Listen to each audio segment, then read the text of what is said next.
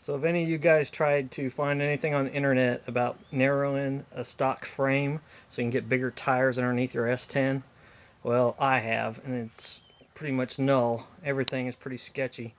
So I'm narrowing mine. This one here's got a narrowed 9-inch rear end underneath it, but they didn't narrow the frames. So when you go to put on a wheel, it's got to have the right back spacing or you can't get it on. There, it hits the frame and spring.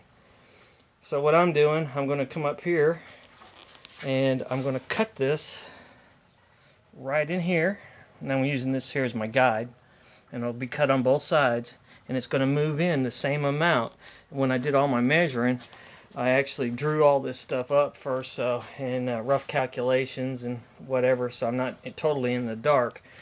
But what it figures out as is taking the spring perch here, and I'm actually, if you see the one that's down inside, it sets right beside it. So when it sets there, it's going to be setting in that much more. So that's going to move in exactly one spring perch, so which saves me a lot of trouble too, without having to set the pinion angle and find the location where the spring perch is. I can just butt it straight next to it, put a level across it, tack it in, remove the old one, and I'm there.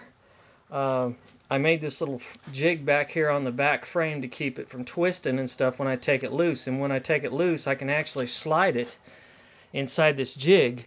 It'll slide over to where I need it to be, and it won't be, one way leaned in or out. So I did that and enforced it real good. And anyway, this is what's happening here, and I'll keep you updated to show you how I box it in and stuff. I've got some steel over here. This is some 1/4 inch thick by 8.5 by 8 foot long drop I got from a steel factory. It cost me $30.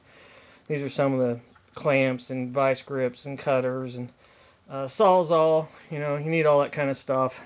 I've got a torch. I doubt if I'll even use the torch, but also got a nice little MIG over here.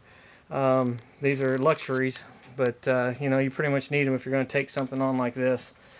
This thing here is a pretty sweet little ride, actually. I just got rid of, I don't know if you saw the gray one that I built, but I got rid of it and I started on this one, and this is how far I've gotten. Come up here to the other end, and you can see it's got a 383 stroker in it with a 4340 steel crank and all kinds of nice Victor Jr. heads with Victor Jr. port match intake, Race Demon Barry Grant carburetor. It's got a Be Cool radiator in it. Just all kinds of nice little things. It should run pretty good. It's got a 2-speed power glide with a trans brake with a 4500 stall.